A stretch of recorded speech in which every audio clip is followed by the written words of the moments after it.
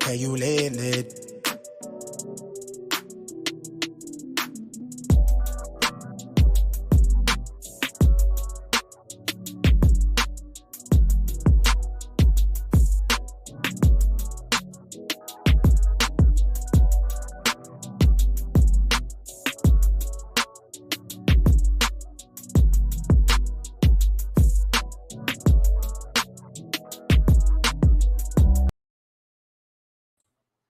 What is going on, everybody? What is going on? It is Friday, November 10th, 2023. And shout out to all of the veterans out there. It is Veterans Day. Happy Veterans Day to all of the veterans out there who watch my channel. Subscribe to me. If you have any family members that are veterans, happy Veterans Day to them as well. So as you can see, we have a lot of things that we're going to be talking about today. The topics that y'all see in the title are the only ones that I could fit up there. Trust me, if y'all can see the top of my screen right now, I got like damn near 20 tabs open. So we're going to be here for a little bit.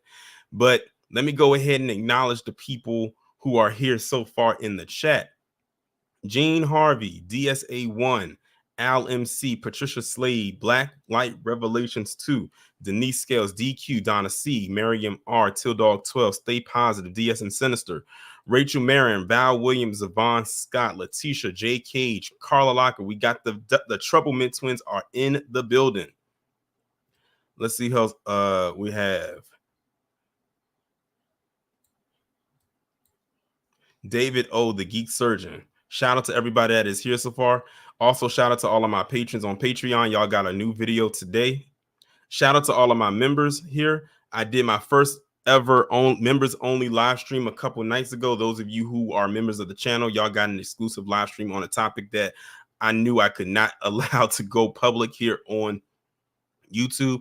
But shout out to everybody who was in attendance for that. Shout out to everybody who was here so far in the chat, as well as all of my subscribers outside of those spaces. Shout out to the Discord, people who follow me on X, the app formerly known as Twitter, those on Instagram, and anywhere else that people are following me at as well.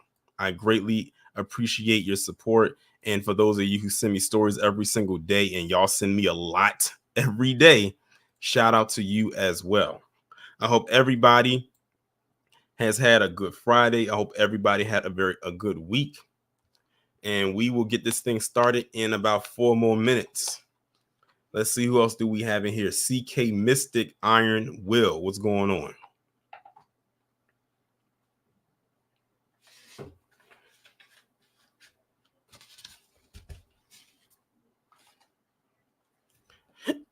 B1 to you, antithesis. Glad that you are here. And Pinky JYB, hello to you.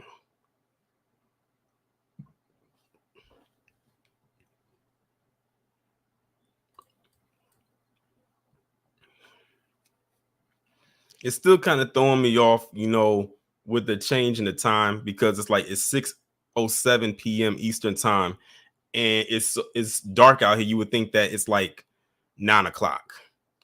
It's still kind of throwing me off a little bit because it gets dark so early now. This is the time of the year that I hate. I like when the days are longer. I don't know about y'all.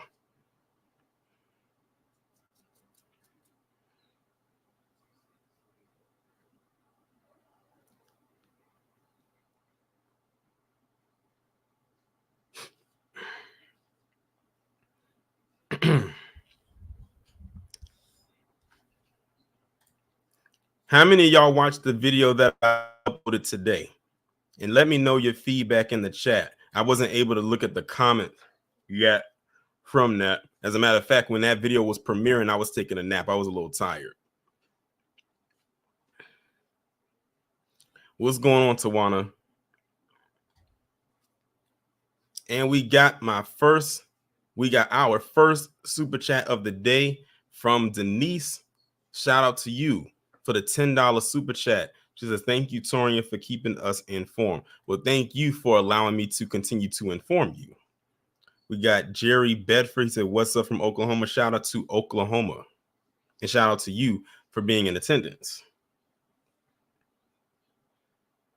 We give it about 1 more minute and we'll go ahead and get started. It's a smorgasbord of things, a buffet of things we're gonna be talking about today. It's like you'll see how these topics are lined up. Like it's like they're all over the place, but they're definitely ones that definitely deserve to be talked about. Some you are aware of, some I would expect that you probably aren't aware of as well.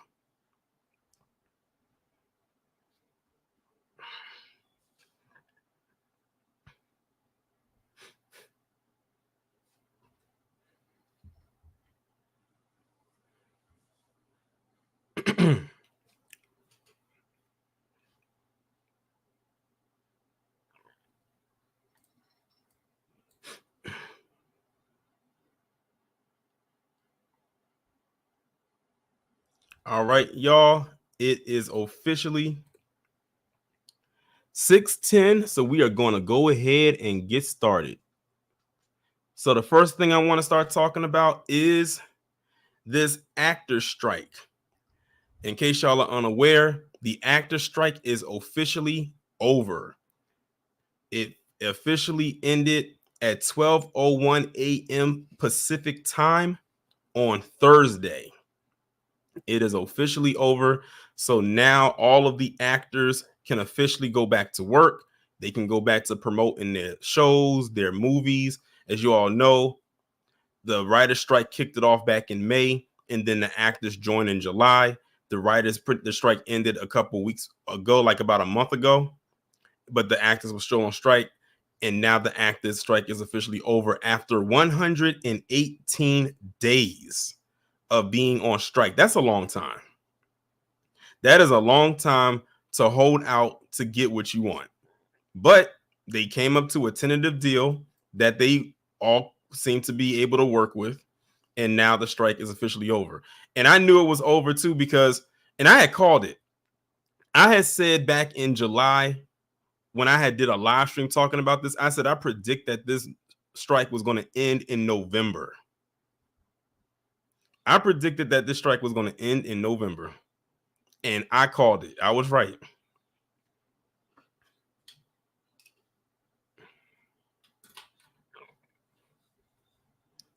And you want to know what's so interesting? Although us regular citizens may not care that much, I have to give it to them because most people will not go on a strike this long, especially when you don't have a lot of income coming in, like if you don't have your affairs in order. Some people would have just gave up. So I can't even knock it, but they got what they wanted. And I think that the new deal, the contract that they have is lasting for 3 years. Hopefully they can continue to improve on that so they don't have to come back to this again 3 years from now in 2026.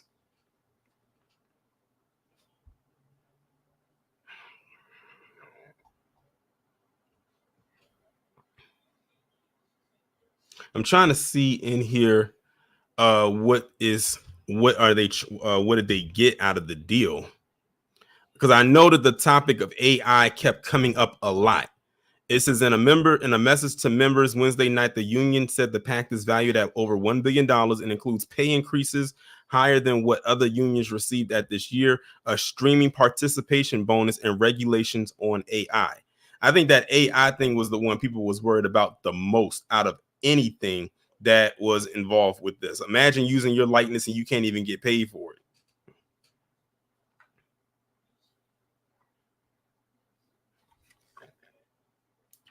But yep, that's that. So I mean, I guess it's good news for them. It is what it is.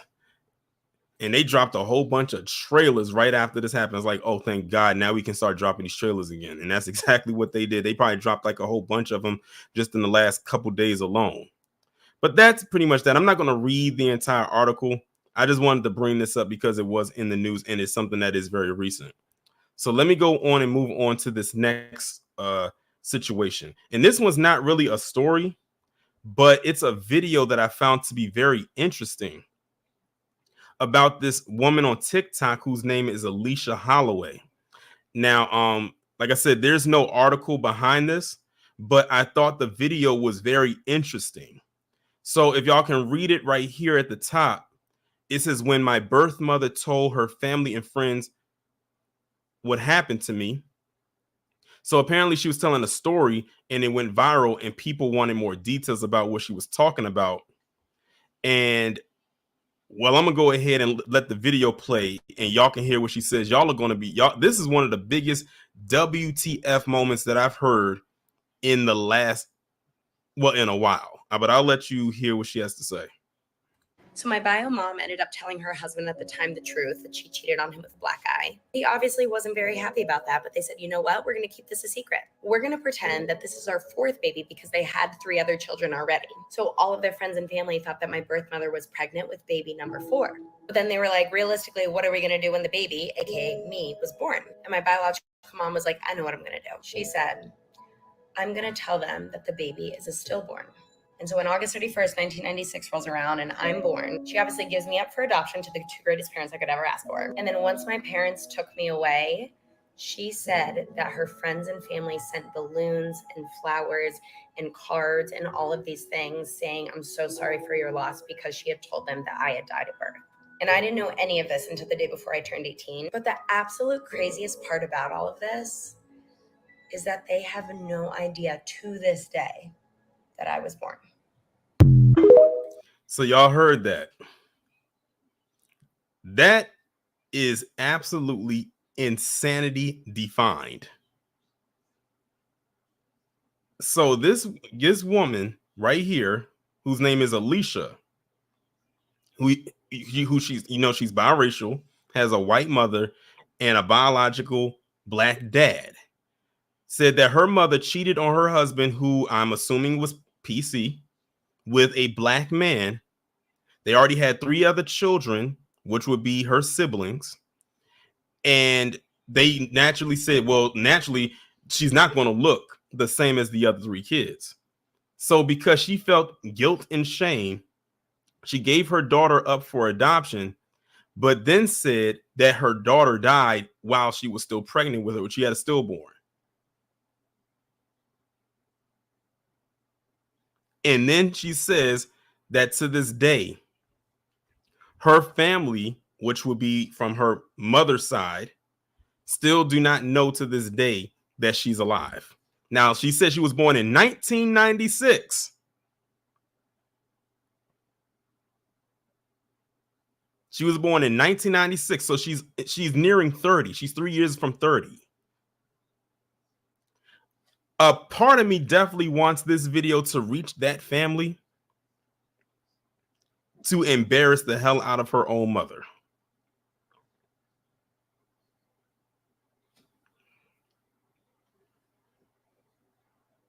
which also tells me the type of family that her mother comes from. Exactly, Denise, her birth mother's dirty little secret. That's basically what it is. A piece of me wants her to pop up at the family potluck and be like, hi, I'm your cousin. I'm your granddaughter. I'm your niece. You know, the one that so-and-so said was a stillborn and you know that she's dead. That's wild. But like I said, when I saw this video, I said I had to share this with the family. And it also makes you wonder how many other stories are out there like that with her type of, you know, same situation. I'm sure there's plenty out there.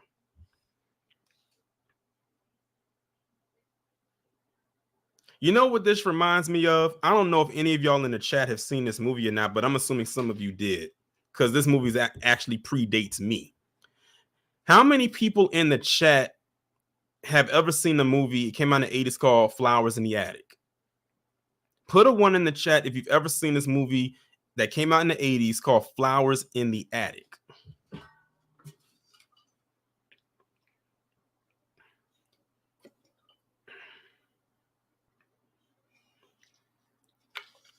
All right, I'm seeing some ones come on in here, seeing some ones come on here. Okay, cool. So y'all pretty much know the premise of the story.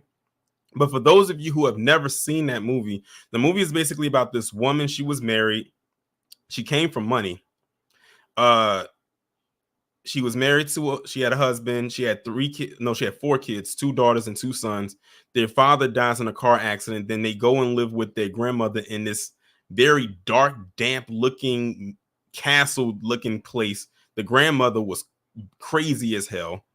And basically the mother worked with the grandmother to basically hide her kids away in this little section of the house. And she ended up getting, I'm just kind of giving you a summary of the story. She ends up meeting this guy, or this guy ends up meeting her. He comes from money as well. And then they basically make a plot to kill the children because the man doesn't know that she doesn't have kids, so she can get the money and not have any attachment to the kids. Long story short, it doesn't happen. She ends up poisoning one of the children. One of the children dies. And then they basically, in the middle of the wedding, they come down from that area because they found a way to break out, expose the mother. The mother tries to deny them right there at the wedding. The daughter tries to force feed that poison cookie to the mother, and the mother falls off the balcony and she ends up hanging herself with her own veil. And there's some other spin-off movies or series of books that come after that. It's a wild story. It is a very, very wild story, a wild movie at that. But the reason why I said that is because her story kind of plays off like that, like she was trying to hide her shame. Her shame was that this white woman slept with this black man and gave her up for adoption and lied to her family and said that the baby died when she really didn't.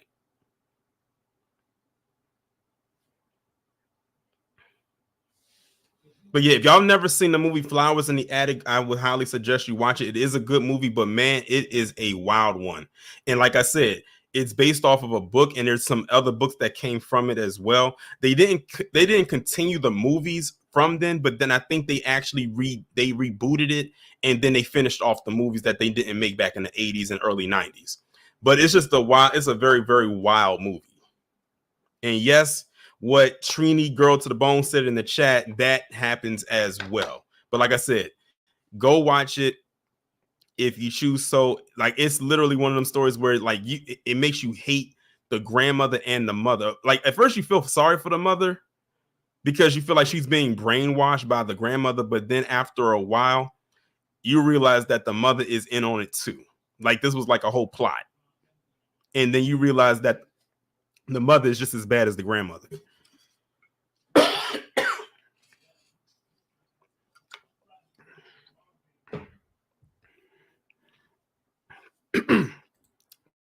But that's pretty much that story right there.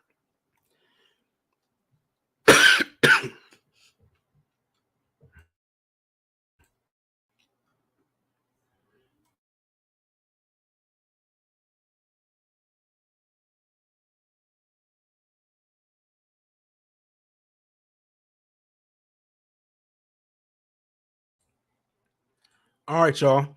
So the next story that I wanted to talk about is coming out of the San Jose Police Department.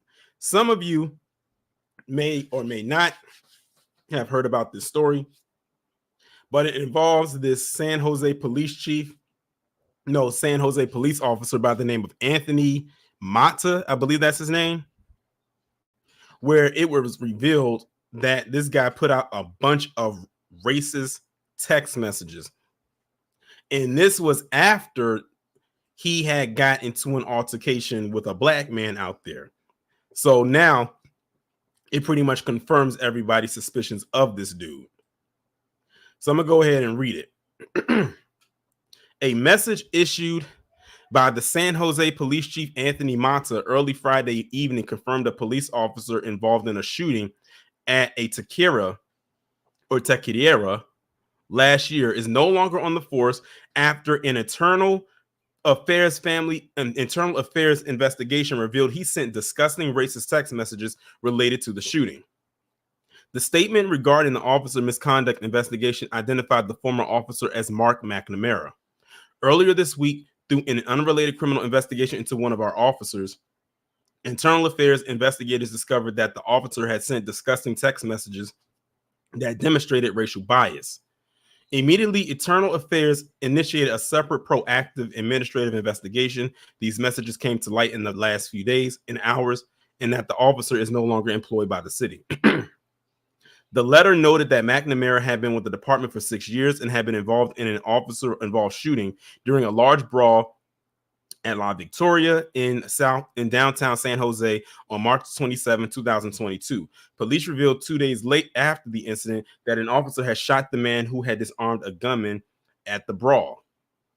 An investigation into the shooting later determined that it was McNamara who shot the man by then identified as Kawan Green, a former Oakland McClain high school football player who at the time was playing for Contra Costa College. Green was shot 4 times and has filed a federal suit against San Jose. The text messages revealed by the Internal Affairs investigation, including exchanges between McNamara and a second unnamed San Jose police officer about the officer-involved shooting, as well as the subsequent investigation and hearings held related to that shooting. He says, nigga wanted to carry a gun in the Wild West. McNamara said in one text sent the evening after the shooting, not on my watch, ha ha. The other messages uncovered were from June and July, apparently during hearings about the officer-involved shooting. Some of those texts included even more inflammatory language. He says, I hate black people, read one of the last text messages sent in July. These texts were uncovered because of systems I put into place over a year ago, including a personal commitment that only officers who live up to our standards and values wear a San Jose PD badge, Mata said in the message regarding McNamara's dismissal. There is zero tolerance for even a single expression of racial bias at the San Jose Police Department. The messages were found due to the expansion of our internal affairs and a new early warning system. The message also noted the investigation had determined that a second current employee who was a part of the exchange of messages with McNamara was immediately placed on administrative leave pending an internal investigation. The chief's message also noted that he is prohibited by law from providing certain additional details, but made the details of the investigation that he could public in the interest of transparency. He also noted that criminal charges have not been filed nor are anticipated for either McNamara or the officer. There it is. They said criminal charges have not been filed or they're anticipated. So they're basically telling you right there, they have no intentions of filing charges. If any employee's racial bias rears its ugly head, rest assured that I will take immediate action to ensure they are not part of this investigation. They feel like only firing them, quote unquote, firing them is enough.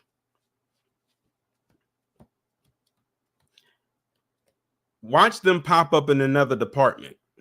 I don't even know what this McNamara looks like because I haven't seen them. They never put his picture out there. Mata's full message is available on the San Jose Police Department website. The message also included statements from City Manager Jennifer McGuire and San Jose Mayor Matt Mahan in support of Mata's move. There is nothing more sickening than a person in power abusing their position, Mahan said. I will sleep better tonight knowing that this individual is no longer carrying a badge and gun. Assuming these allegations are upheld, he should face the full consequences of his actions, but he won't. Despite this officer's reprehensible conduct, we have the best police department in the nation. That remains to be seen, and to keep it that way, and we're going to fire any employee, depends on who does not show appropriate respect for every resident. This mutual respect is the foundation of a successful public safety effort, and we are going to work every day to keep building it. If they say so, but I don't believe a word that they say. The only thing I know to be true is that they had an anti-black person working for them, and that's not surprising, and that they didn't file any charges on him, nor do they plan on filing any charges. That's the only takeaway that I got from this. The rest of this is just fluff, because we have seen this so many times before in various departments across the establishment, and they all play the same long game.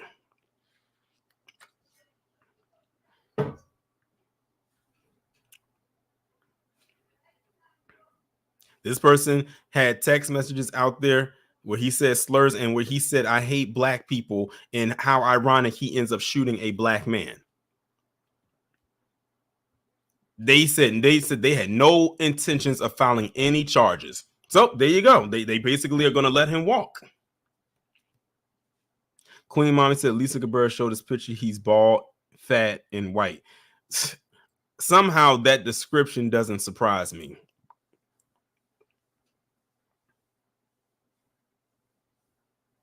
The fundraiser said, did I hear about the 4 California who killed themselves in less than No, I didn't hear about that. I'll have to look into that.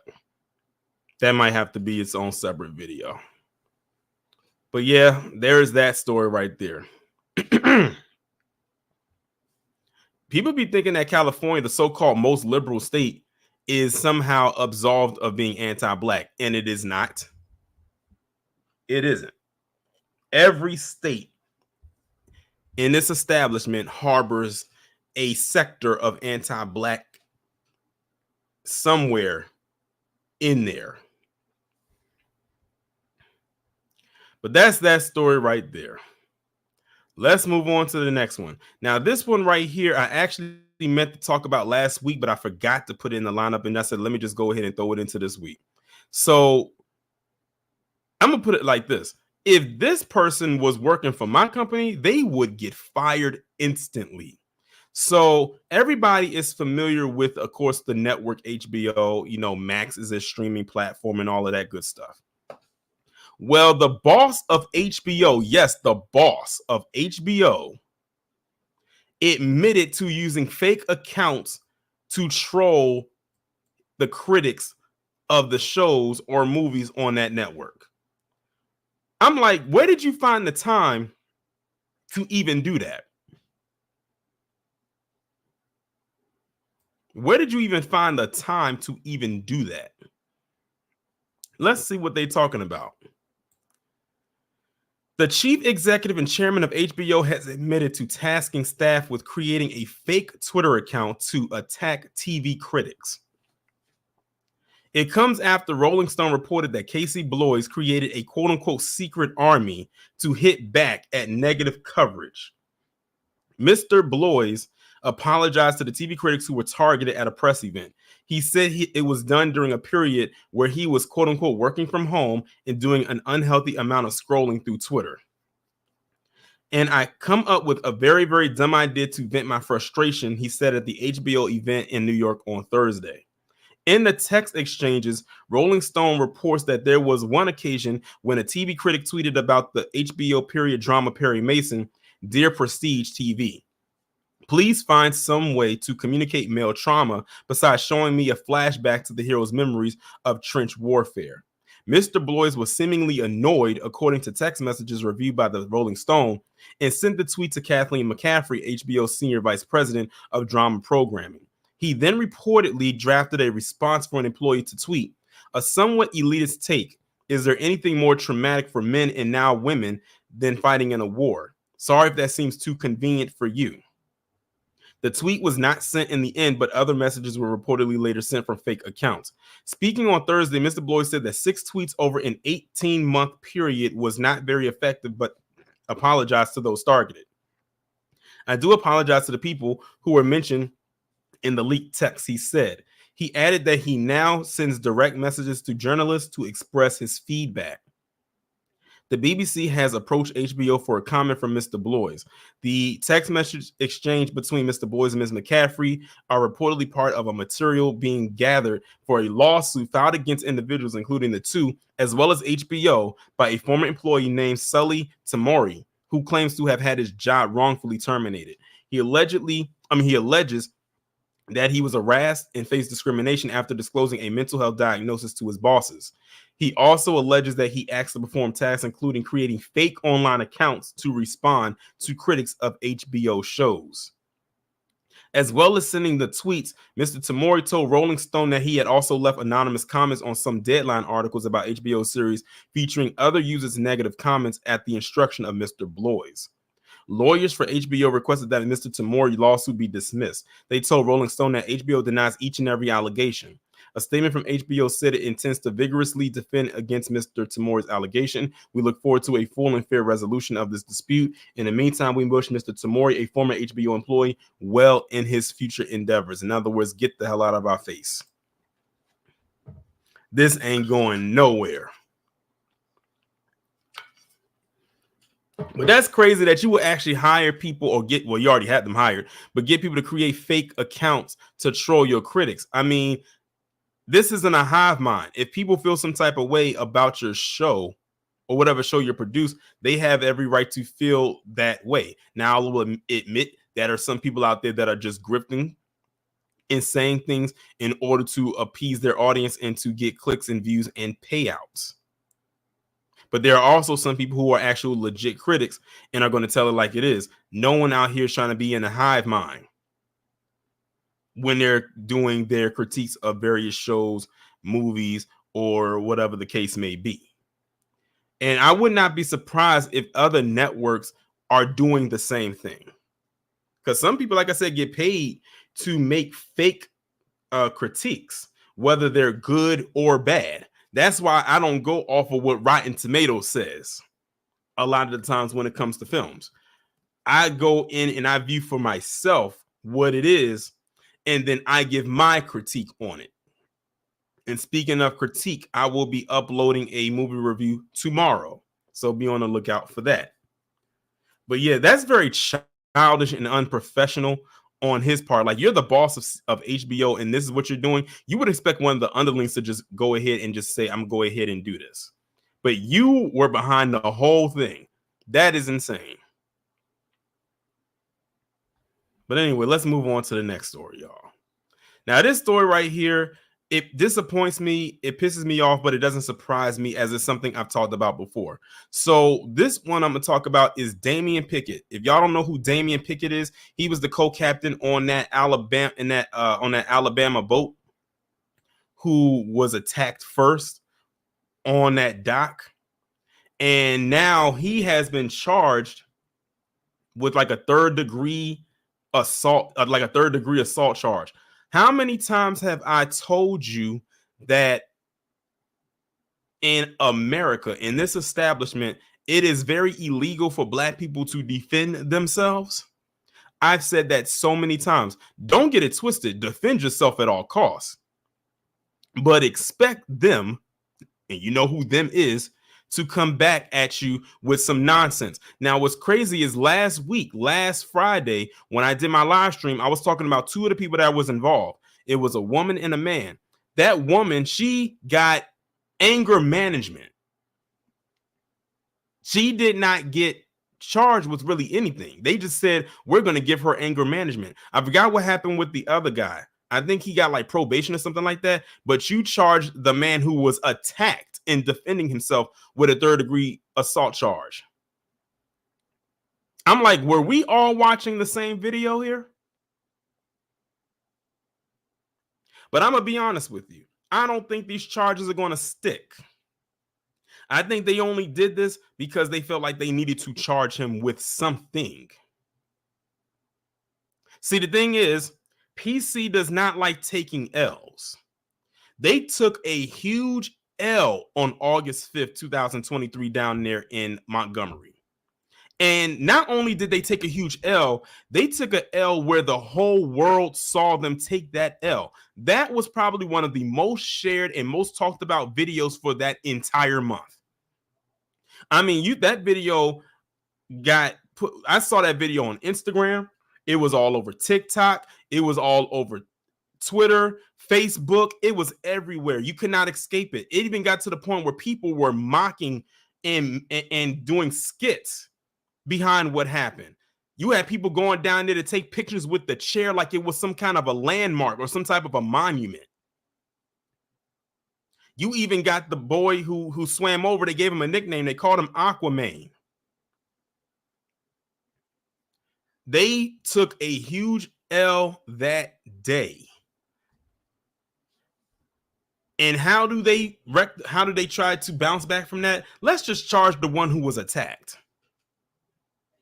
They said you may have won the battle that day, but we still are in charge of the war, and we still have Dub S on our side. We still make the laws here.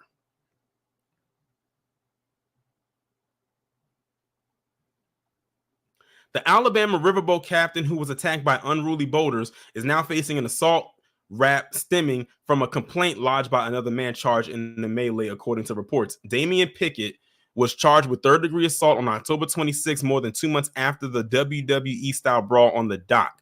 Montgomery officials stressed they didn't bring the charge against Pickett and only considered him a victim in the case, which he was.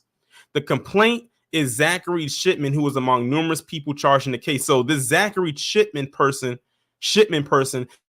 is the one that wanted these charges to be brought up against him, because they said initially they were not going to bring charges because he was the victim, which he is. The city of Montgomery and Montgomery Police Department have been made aware that one of the individuals involved in the incident at the Montgomery Riverfront Park on August 5th, 2023, has filed charges against Harriet II and co-captain Damien Pickett, they said in a statement, according to the newspaper. Neither the city nor the Montgomery Police Department filed these charges. So this, again, came from one of the people that was involved because they was getting their ass beat. That's really what it boils down to. The Montgomery Police Department's investigation only lists Mr. Pickett as a victim. Exactly, Denise, a retaliation charge. A person can lodge a misdemeanor complaint and have a magistrate issue a summons that the accused person must answer in Alabama. Yeah, I'm gonna say it right now. This charge is most likely not going to stick, especially now knowing that the charge did not come from the police department and it came from this person. When they already had him listed as a victim, I doubt it's going to go very far. Pickett is reportedly due in court on November 21st. The altercation initially involved a group of white boaters that went after Pickett, who was black, and another white dock worker before it morphed into a large-scale throwdown, according to the footage from the scene. The fight was sparked when the boaters refused to move their pontoon boat so that the Harriet II riverboat could dock. Pickett had told investigators that he didn't believe race played a role in the incident. Oh, I beg to differ. I beg to differ. Shipman, the man who accused Pickett of assault, has argued he had nothing to do with the fight and was preventing one of his buddies from getting involved. Pickett's sister, Nicole, said, according to NBC News. The assault charge comes from the allegation that Pickett punched Shipman, his family said. The sibling believes even if Shipman, who was earlier this year charged with assault, was trying to keep the peace, it's tough to expect Damien Pickett to be aware of his surroundings in the moment. Yeah, because when you're in that moment, you're blacking out. That adrenaline rush is real. At the time, you got a bunch of angry ass guys beating you in the head. You don't know who hit you. Nicole Pickett reportedly said you just swing in self-defense. So there it is right there. So now we know that the charge did not come from the police department. It came from someone who was there.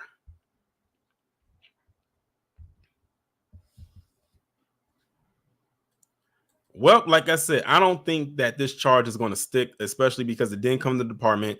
The officials already have him labeled as a victim. This is coming from somebody who got caught in the crosshairs. You shouldn't have got involved. And the thing is, even if you jump into a fight to try to break it up, you have to almost go in there expecting you're probably going to get hit because it's so much going on.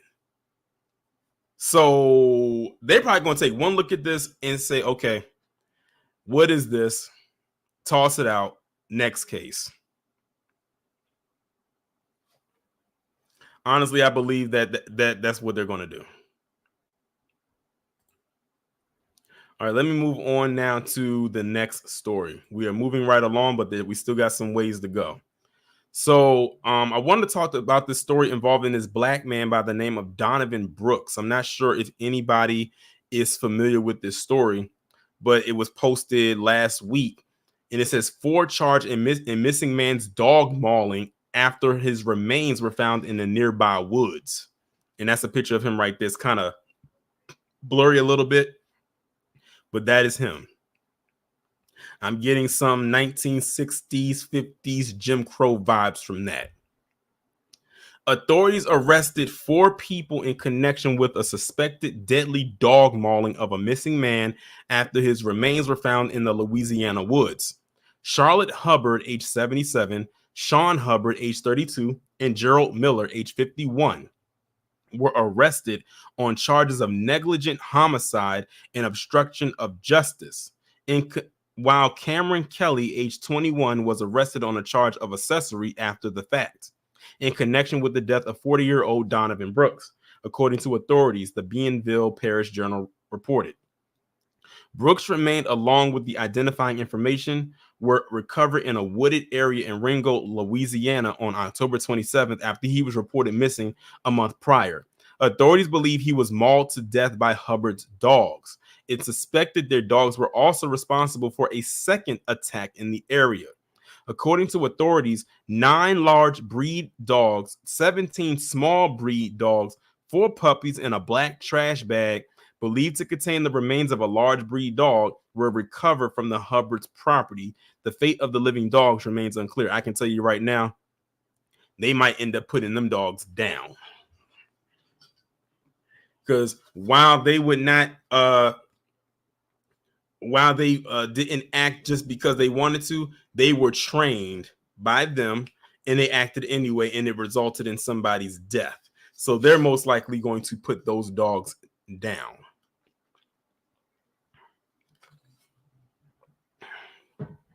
Tildor says 77. What kind of person that close to the end still has that much hate and evil in her? It travels. Like I said, no matter how old you get, it is always going to follow you until the end, all the way to the end. But I can't even imagine the torture he went through. Like, you got mauled by multiple dogs. It wasn't just one dog.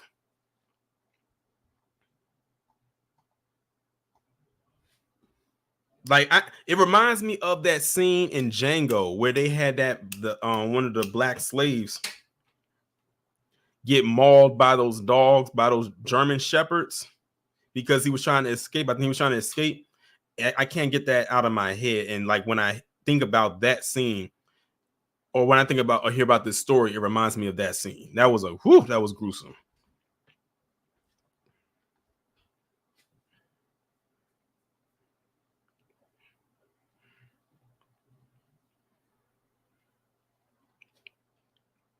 You made a good point, Gene, that about the last story. The charge does need to remove because it affects his employment. But I don't think he didn't get fired from the job. He's still, as far as I know, still employed by them. They know that that's just a bunch of BS. So I don't think that he still works there. They didn't fire him. It wasn't his fault.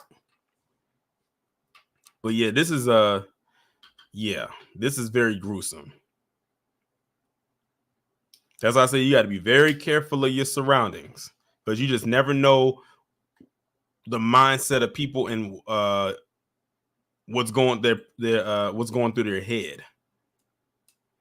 I wouldn't even be surprised if they targeted this dude.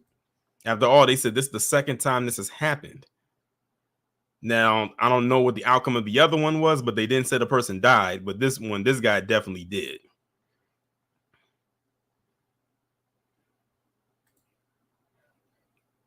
Now, here's a story right here, new story, that just came out a couple days ago, but I just found out about it today. And when I tell you, some people out here ain't worth nothing in the world, I mean just that.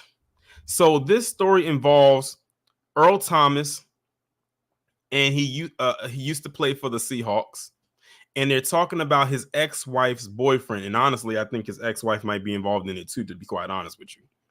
Where his ex-wife's boyfriend stole Earl Thomas's identity and stole almost $2 million in assets. I truly believe that his ex-wife had a hand in this. If I had to bet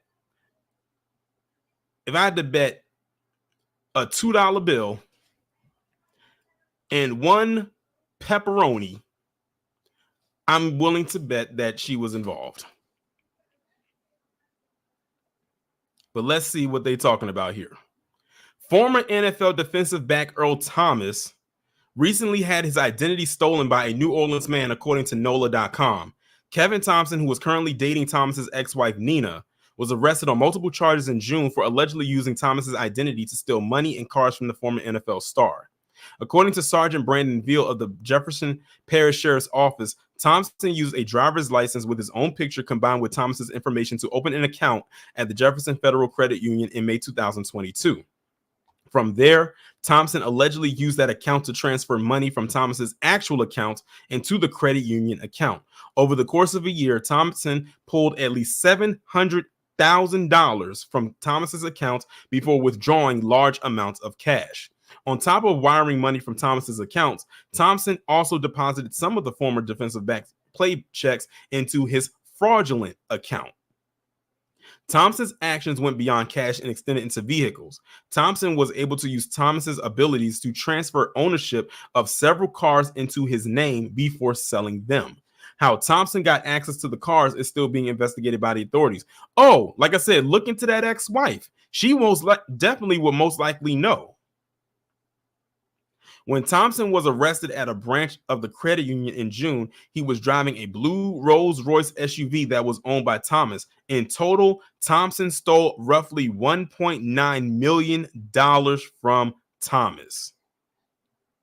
Upon his release from jail, Thompson went to the sheriff's office to try to retrieve the vehicle, but he did so in a car that was reported stolen from Atlanta and was arrested again. Thompson is currently out on a $730,000 bond per NOLA.com. Thomas spent 10 seasons in the NFL and he played for the Seahawks in 9 of them. In that time, Thomas was an All-Pro three times and won a Super Bowl as part of the Legion of Boom defense. That ex-wife is involved. They bet not let her skate on by. She definitely knows this because she probably would have access to those accounts or something like that. And she probably did this or had this happen to get back at him. Now, I don't know who filed the divorce papers first, but the thing of the matter is he was the financial breadwinner of the relationship. So she probably felt the type of way. And this was the best way for her to get back, because there's no way you can tell me that her boyfriend had stole all of this stuff, all of this money and his cars, and she didn't know. So they need to look into her, because in my eyes, in my opinion, she is not innocent. Because how was he able to get all of that?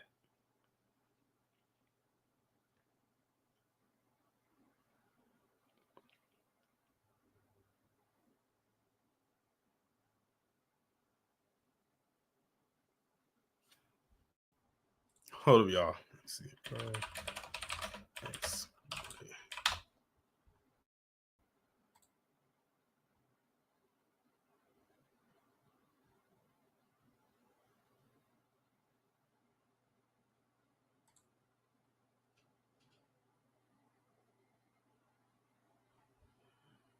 Oh, well, look at this. Hold on. Let me share the screen right quick, y'all.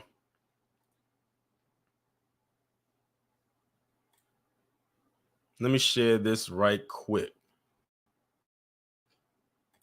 So look at this, y'all. This is from May of 2020, and people wanted to see a picture of his wife or his ex-wife.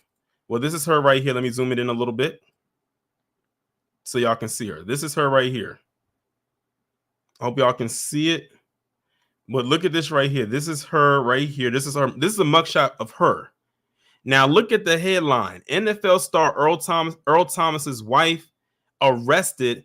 Austin police said she held him at gunpoint over an affair. So somebody in the chat said that she had caught him and his brother engaged in some, I guess you could say, extracurricular activities with a woman that was not her. So that is her right there. That is the ex-wife.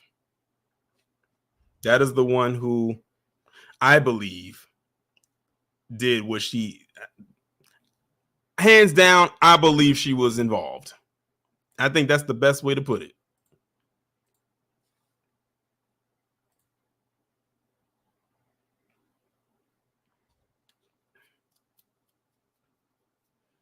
So I think this was probably a revenge plot more than anything, honestly.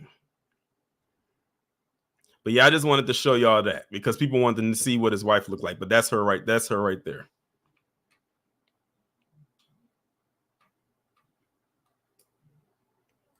But let's move on to the next story, y'all. And this one right here is involving Elijah McClain.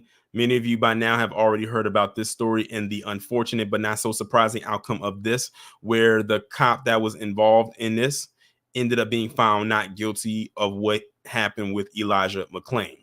It says a Colorado jury found police officer Nathan Woodyard not guilty of manslaughter in the 2019 killing of Elijah McClain, a young black man who died after police placed him in a chokehold during an arrest and medics injected him with a sedative. Woodyard, age 34, the last of 3 Aurora Police Department officers to stand trial in McClain's death, had been suspended without pay from the force since 2020. And I think I read somewhere where they're now going to question to see if he can get his job back. And I wouldn't be surprised if they did. Or find a job in another department. Earlier this month, a jury rendered a split verdict for the 2 other officers charged in the case, finding Officer Randy Rodema guilty of criminally negligent homicide and a third-degree assault, and Officer Jason Rosenblatt not guilty on any charges. 2 paramedics face separate trials this month for their role in giving McClain ketamine, a powerful sedative at times used on highly agitated patients. The death of McClain, age 23, inspired sweeping police reforms in Colorado in 2020, including the banning of chokeholds like the one he was put in. His case, however, initially received scant attention, with local prosecutors declining to file any charges. And shout out to the fundraiser for the $2 super chat. He's a Chris Dorner and Micah Johnson, and I'll throw in another one. Gavin Long were right. And thank you for the super chat. And yes, they were right. And like PD Chicago said, that proved that genetic immunity from law is real, which is something that Professor Black Truth talks about all the time on his channel. That changed the following the May 2020 killing of George Floyd, a black man who died at the hands of Minneapolis police. Floyd's death ignited global racial injustice protests. Colorado Governor Jared Polis in June 2020 appointed a special prosecutor to the case. A state grand jury indicted the officers and paramedics in 2021. Woodyard was the first officer to confront McClain as he walked home from a convenience store on August 24, 2019 in the Denver suburb of Aurora. A bystander had called 911 to report that McClain, dressed in a winter coat and a ski mask on a warm night, was acting suspiciously. As the encounter escalated, Woodyard placed McClain in a carotid chokehold, which prosecutors said contributed to his death. In all, McClain was put in chokeholds at least twice during the stop and held down by officers for 15 minutes until the arrival of the medics. McClain, who vomited into the ski mask he was wearing, repeatedly told officers that he could not breathe. In his closing argument on Friday, prosecutor Jason Slothober said Woodyard failed to follow his training in violently confronting McClain, and then failed to advise medics that McClain had complained that he could not breathe and had choked on his own vomit. At every single turn, he chose to escalate, that a Slothober said of Woodyard's use of force.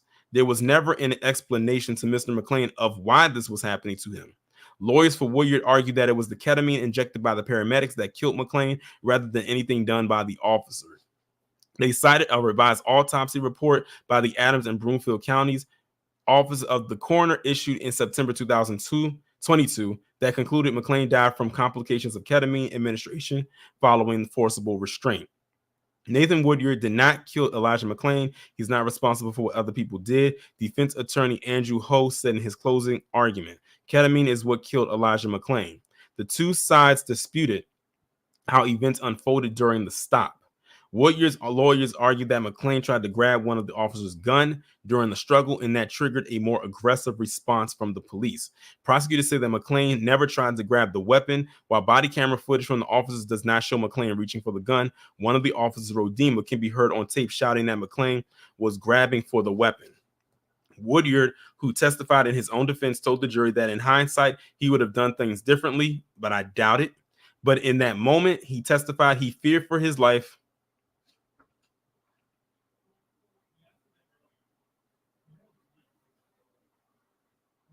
And I don't need to read the rest. If long as you can say I feared for my life, it'll work for you 99.999% of the time.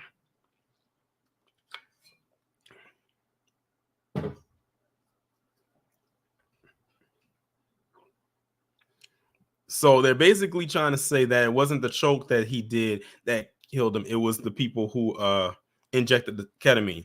That reminds me of how you have PC out here trying to claim that it was a fentanyl overdose that killed George Floyd, not the 9 minutes on the neck from Derek Chauvin's knee. And see, the scary part about it is this right here is going to ramp them up even more to keep trying to get Derek Chauvin out of jail for that claim that they keep making about the fentanyl overdose.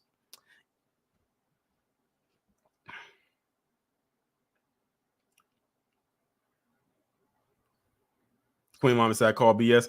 I do too. All over this. Retro Gemini, you said we just talked about that. Would you just type that question you just asked me? We just talked about that like 2 stories ago.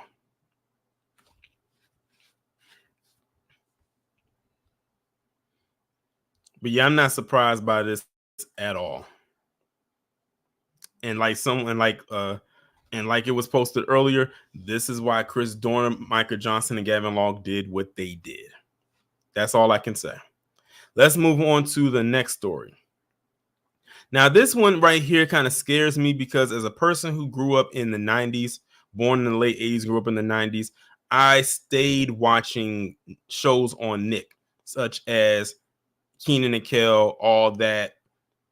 I was a huge fan of the Good Burger movie back in the day as well. So when I heard about this right here, it kind of scared me. So in case y'all are unaware, Kell Mitchell from the shows I just mentioned was hospitalized recently.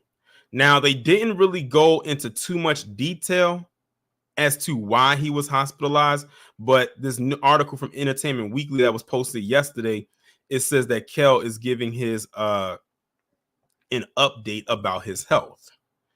It says Kell Mitchell has given an update on his health after he was hospitalized in Los Angeles on Tuesday night. The 45-year-old Good Burger star said he is on the mend on Wednesday, but he did not elaborate on the illness that landed him in the emergency room.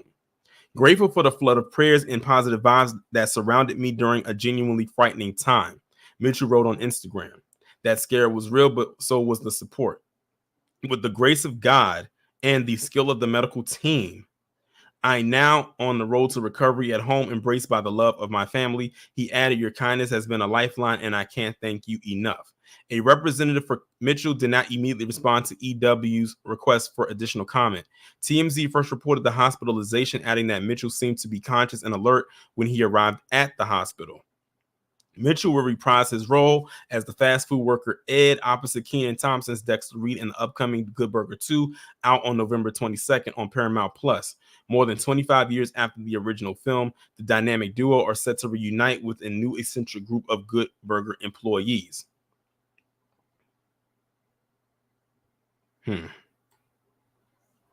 Well, I'm glad that he's doing well. Like I said, there's really none of our business what's going on with him. Sort of like what happened with Jamie Foxx earlier this year. And, you know, Jamie Foxx just kind of went into hiding for a couple of months and then he just kind of popped back up. So, but I'm glad that he's doing well. Like, again, if we don't find out what it actually was, I'm fine with that too. I'm just glad that he's doing well.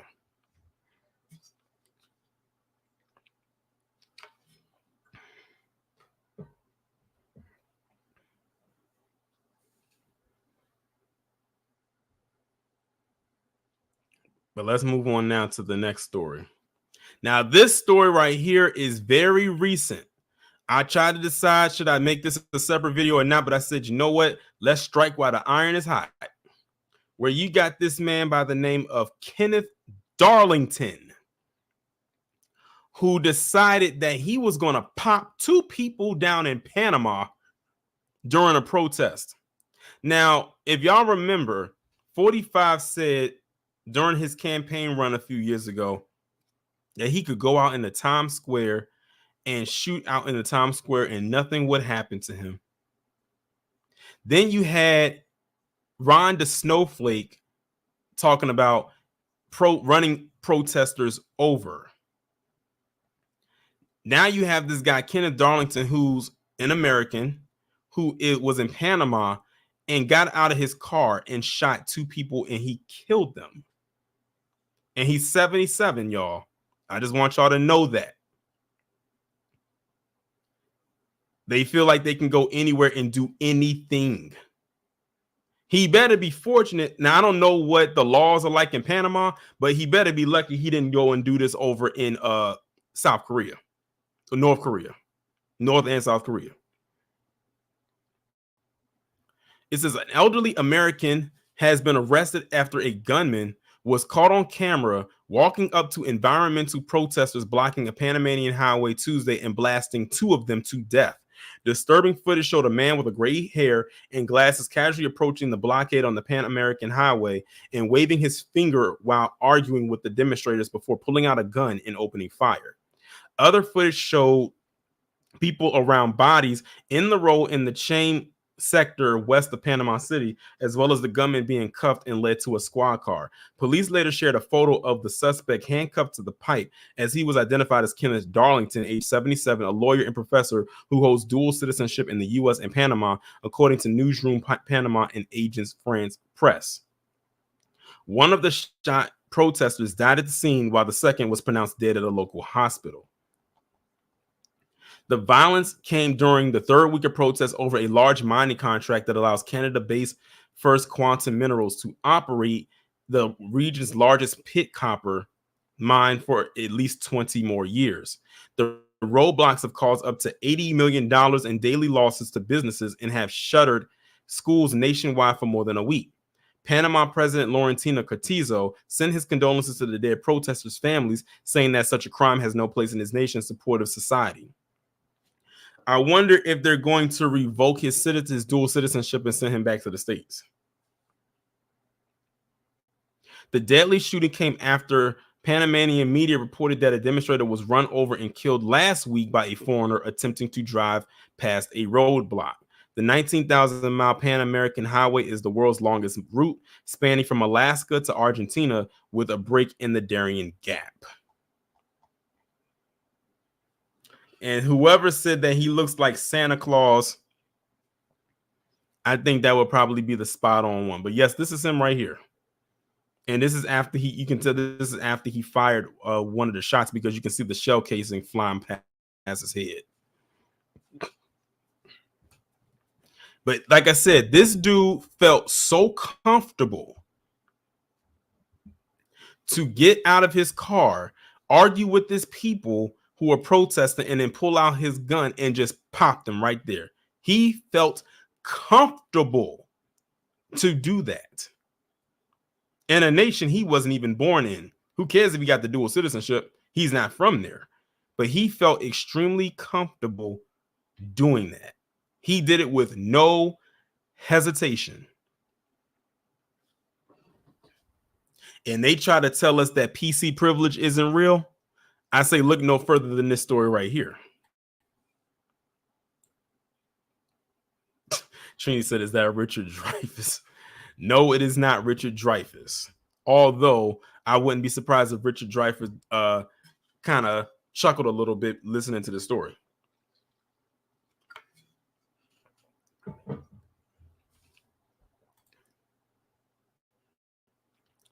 All right, so I'm gonna share like this next story right here.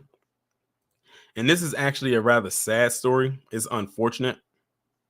Involving this man by the name of Taraja Ramses or Ramses. I'm not sure, but I'm gonna assume his last name is Ramses.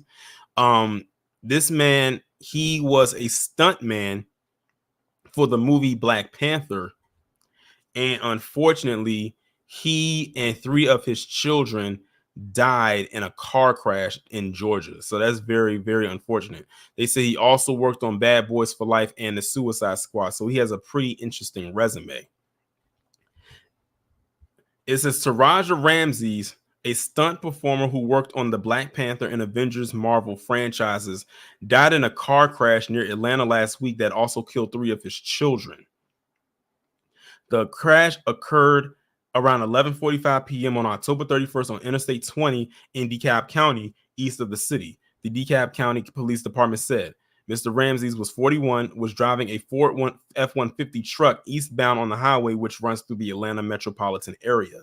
As he was taking an exit onto Wesley Chapel Road, he collided with a tractor trailer that had broken down on the left lane, the police said in a statement. And that's the crazy part right there. Those when them tractor trailers are broke down in those areas where it's like a blind, that's why you got to be real careful when you're taking those exits, because those exits usually go at a curve, and you have to be very mindful of your speed, because you never know, there might be a car broken down. I remember when I was on my way to a location and it was dark outside. I remember, and as you can see, it was dark. And sometimes, when it's dark, some may have their flash on. They should have them on, and even when they're on and it's still dark, when you're coming around, you don't see it before, and by the time you do, it's too late.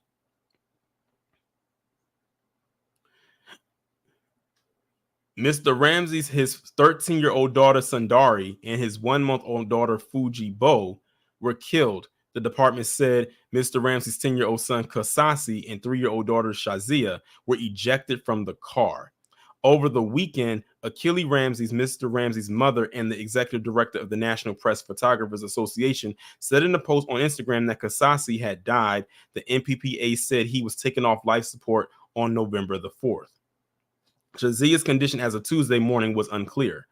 All who knew and met him know how special Taraja was, Miss Ramsey said on Instagram. He had a deep capacity for love and loved his children more than all. He loved his martial arts, motorcycles, and all things related to filmmaking. Mr. Ramses began working as a set designer in 2009 and took on stunt performing in 2015, according to IMDb. His stunt credits include Bad Boys for Life, The Suicide Squad, The Harder They Fall, Emancipation, and Creed 3. Marvel did not immediately respond to a request for comment on Tuesday. The director Ava DuVernay said on Instagram last week that she had worked with Mr. Ramses. He loved making movies and TV too, she said. He held many positions over the years, immersing himself in all aspects of the craft. Tony Tucci, a friend who trained him in martial arts for nearly a decade, told WSB-TV that he broke down after hearing the news. He was just an amazing person, and we have a great loss to this world, he said. It makes you reflect and gives you new perspective on everyone we need to call every day, because you never know when your last words are going to be to someone. Yeah, that's very unfortunate. Like, it's crazy, that he's deceased, and so are his kids, all at one time. That's very unfortunate, but I do offer my condolences to his family and to his friends. But wow. But yeah, like I said, when y'all are driving at night and y'all got to get off in the exit, y'all got to be very careful, because those exits tend to be very dark. Like, they're not the most well-lit areas unless you're like in a metropolitan area. But if you're like driving on the highway, like it says it was on an interstate, when you get off on those exits at night, it's not the most well lit until you get to the part where you probably turn and come to a traffic light. Then that's when it probably gets a little bit lit again. So yeah, they said that the tractor trailer was broke down right there. So he didn't even see it coming, because you don't expect that. You really don't expect to see a tractor trailer broke down in that area, like in that space, but it happens. So there you go. But yeah, that's very unfortunate. All right, y'all. So we're going to go to this next story right here. And this story did not get any traction. But when I first heard about it, I said, I'm gonna hold on to this. So I'm gonna go ahead now and play this video for y'all for this news story. Let me go ahead and enlarge it. Rape in a case that Hold on. in South Dakota tonight, 6 high school baseball players are charged with rape in a case that is rocking that state. The 6 are charged with sexual assault of 2 teenage boys in June, and all 6 of the accused are pleading not guilty. We're not showing you some of their faces because they're minors. They claim the alleged incident, which took place during a summer tournament, was part of a team hazing ritual and was not sexual assault. And as a defense, the prosecutor is rejecting, though, as she vows to get to the bottom of what she says could be a much bigger problem. News Nation's Natasha Zuves joins us now live. Natasha, what are you learning? This is really a disturbing story. It's incredibly disturbing. That is true, Elizabeth. And as you said, these are 6 high school baseball players. They're between the ages of 17 and 19 years old, all of them being tried as adults, and 2 of them are facing up to 150 years. All 6 pleading not guilty. Now, the state prosecutor telling News Nation unequivocally, this was sexual assault, not hazing. These teens are charged with second-degree rape, which in that state encompasses penetration by force. Now, she is now concerned incidents like this have been going on for years. A small community in South Dakota rattled by sexual assault allegations. These high school baseball players all charged with second-degree rape, accused of assaulting 2 teenage male victims while competing in a tournament in June. 18-year-old Hudson Haley and 19-year-old Landon Waddell facing up to 150 years if convicted. The other 4 could face up to 100 years. The state attorney prosecuting this case telling News Nation's Chris Cuomo it was initially reported as a hazing incident. This is something that probably was going on for up to 5 years, that it was perpetrated by one generation of the baseball team upon another, because, hazing connotates something entirely different. And this is not that. This is an act of sexual assault. The team was suspended from the league when the allegations surfaced. The prosecutor saying there is concern this is a culture of repeated behavior that has been going on for years, and proper reporting was not done that perhaps could have prevented this from happening to the alleged victims in June. The 6 accused appeared in court Tuesday, pleading not guilty to the charges. Lawyers for one of the players asked the judge if the teen could continue going to school, despite attending the same school as one of the alleged victims. The judge is allowing it as long as he stays 30 feet away, and is also allowing him to participate in extracurricular activities. Nobody wants to ruin any of these young men's lives, but the victims need to have their day in court. They need to be heard. And most importantly, this entire incident needs to be pulled out into the light so that it can be addressed, not just by Mitchell baseball, but, I think that this is something we're seeing repeated in our society. And Elizabeth, the prosecutor says it is possible some adults close to this baseball program knew of the alleged crimes. And if that is true, they could also face charges. The prosecutor also saying the alleged victims have been put in an extremely difficult position, she calls it, that the community has not been as supportive of them as she would have hoped. Those teens are due back in court in February. We will keep tracking it. Elizabeth. All right. All right, so y'all just heard that right there, and I couldn't help but notice that one of the women that was speaking was talking about like no one wants to ruin their lives. Listen, if this is indeed true, ruin the hell out of them. Ruin them. So they already on that tip of trying to say we don't want to ruin their life. Well, shoot, let's think about what happened to the actual victims. And they're trying to cover it by saying hazing. No, that is not hazing. There have been hazing tactics that did not involve what these individuals did. They was on that Game of Thrones type of time. But I want y'all to pay attention to, all of them are under the age of 20. They said their age range is from 17 to 19. They are all still in their teens. I told people that there's a certain age bracket, there's a certain age range going on here. Now they said they not due back to court until February. They're banking that no one's going to remember this because of the time gap between now and February. Most people wouldn't even know about it at all because it's a very small story. It happened in South Dakota. Many people ain't paying attention to South Dakota.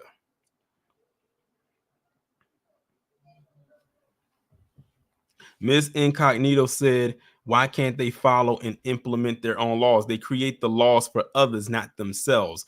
You know how they say laws or sometimes rules are meant to be broken? Really think about that. Like, they're the ones that came up with that quote of rules are meant to be broken. They were telling you then. What it was. Listen, we're going to make these laws, but we're going to make them for everyone else, and we're going to break them. We're going to dance around them. We're going to go around them, and no one's going to be able to check us because we're the ones making the rules. Y'all just got a little summary of Dub S 101, and that's just a little piece of it. But speaking of people who got privilege, that goes into our next story. Now, this one wasn't originally in the lineup. Someone tagged me in it when I was getting all of the stories together, what I was going to talk about today. And it's dealing with these individuals who decided that they were going to spray paint swastikas on certain areas. Now, I don't know if y'all picked up on this, but I've done quite a couple of stories coming from the New York Post in the last couple of weeks. And in those last couple of weeks, they keep calling these non-black degenerates babyface criminals. I'm guessing that's the new code word. Whenever they're dealing with teenagers who are not black, they're going to call them baby-faced. And I swear, only the New York Post is doing it.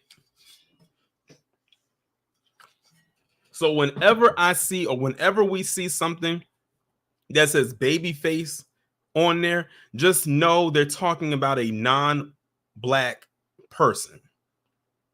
And I say non-black because they'll throw another group up in there sometimes, and they aren't black either. But it says babyface vandal spray paint swastikas, Hamas graffiti on Upper East Side rooftops. The NYPD is searching for 4 babyface vandals. And I'd be looking at some of them and I'm like, they don't have no baby face. What are you talking about? Usually only people who have a baby face are babies. Accused of spray painting anti-Semitic graffiti, including multiple swastikas on the rooftops of 4 Upper East Side buildings last month. The 4 boys that faced the buildings near East 85th Street and 3rd Avenue around 5:20 p.m. on October 9th, just 2 days after Hamas terrorists launched a deadly surprise attack on Israel. Among the offensive scrawlings was the word Hamas, in addition to several swastikas, according to police. The group fled eastbound on 85th Street. No injuries were reported. The incident is being investigated by the NYPD's Hate Crimes Task Force, police said. Now, here's a picture of them. Baby-faced where? This is a picture, y'all, of the 4 boys that they call babyface 1, 2, 3, 4.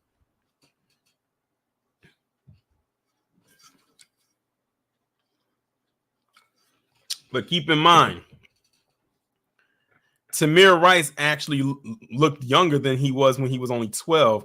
But when they put some reports out there, they wanted to say, oh, I thought he was 18.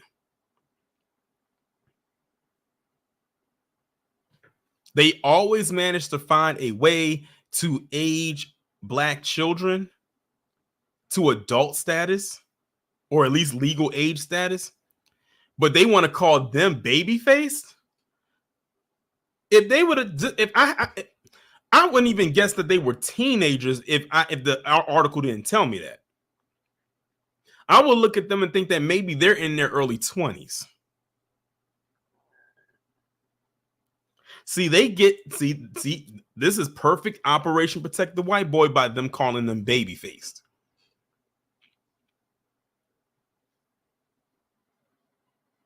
These 4 look like they pay rent. These 4 look like they have a job. Well, I'm assuming they don't, considering the circumstance, but like they should have one. You want to sit up there and insult my intelligence? Right, Queen Mama. They look college age. They do look like, they don't even look like they're in high school.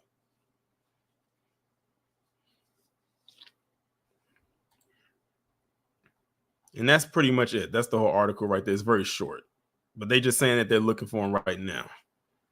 They better get out of here with that nonsense. Talking about baby face, please. And like I said, this is like the third time that the New York Post has posted up an article about non-black teenagers and calling them babyface. Now, I can't wait to see what they're going to have to say if something happens with a black teenager leading the story and how they frame it.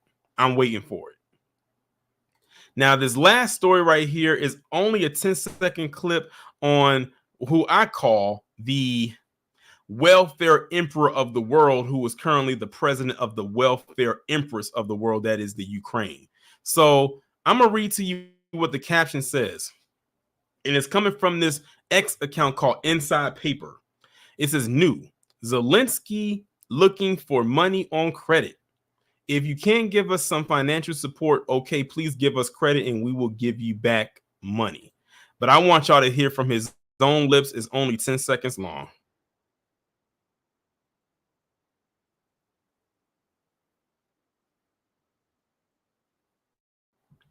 And we will give you back money. Hold on, let me run it back because I didn't realize I was not on that tab. Hold on, y'all.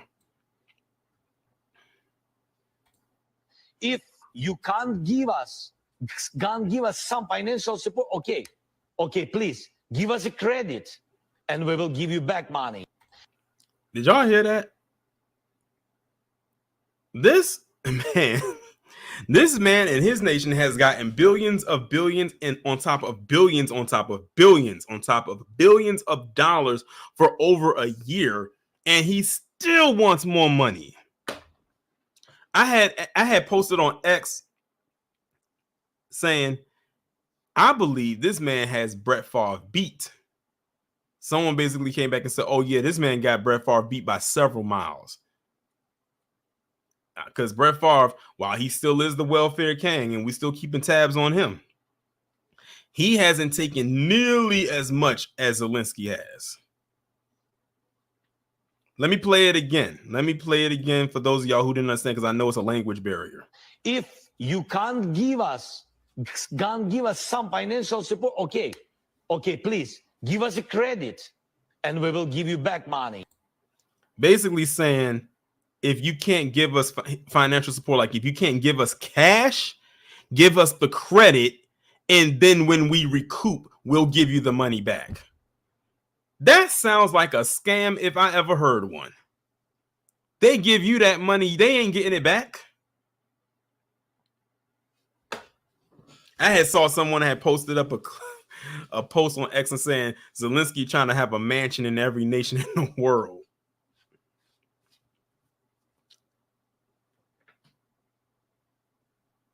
Senior 34 says, what, the tens of billions isn't enough? Apparently it isn't. Apparently it isn't. And I kept telling people over time, I'm like, why is Zelensky asking for all of this money? I'm like, shouldn't y'all have enough resources, you know, to get y'all through whatever it is? And him, like, he keeps asking for more money and they keep giving it to him. And I said, this isn't about what he claims it's about. I believe that this dude is lining his pockets and he's putting it to his, I guess, his lavish lifestyle. Because the only time Zelensky ever gets bought up is for him to start putting his hand out to ask for more money.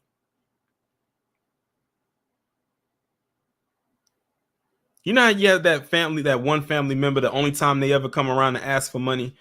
Zelensky's like that one family member, except that family member of yours is probably is nowhere near asking the amount of money that he's asking for. But like I said, the only time he ever pops up in the news is to ask for, or sometimes demand, more money. RY says you would think Zelensky was owed back child support the way he keeps asking for money. Right. And shout out to J. Cage for the 50. Appreciate it. He said, this dude stay begging like that cousin who say he got you next month forever. Thankful for the content, Torian. Appreciate it. We pretty much on the same wavelength. He's because I pretty much said the same thing. He's like that family member that only comes around when they want money. They don't come around any other time. They don't call to check up on you. They don't text you. They don't FaceTime you. None of that. The only time you hear from them is when they're asking for something. He's that family member. But what got me was when he brought up about the credit. Let me run that back. If you can't give us some financial support, okay, please give us a credit and we will give you back money. But the thing, he said, if you can't give us some financial, my question to him is, what's the definition of some? Because it seems like you took most. He took most, not some. It's not like he came over and he got resources like maybe 1 to 3 times. He's literally been getting financial support. Like, I lost count. I lost count how many times the financial support he has received. And the thing is, no one's questioning where that money is actually going, because I doubt it's going to where it's supposed to be going.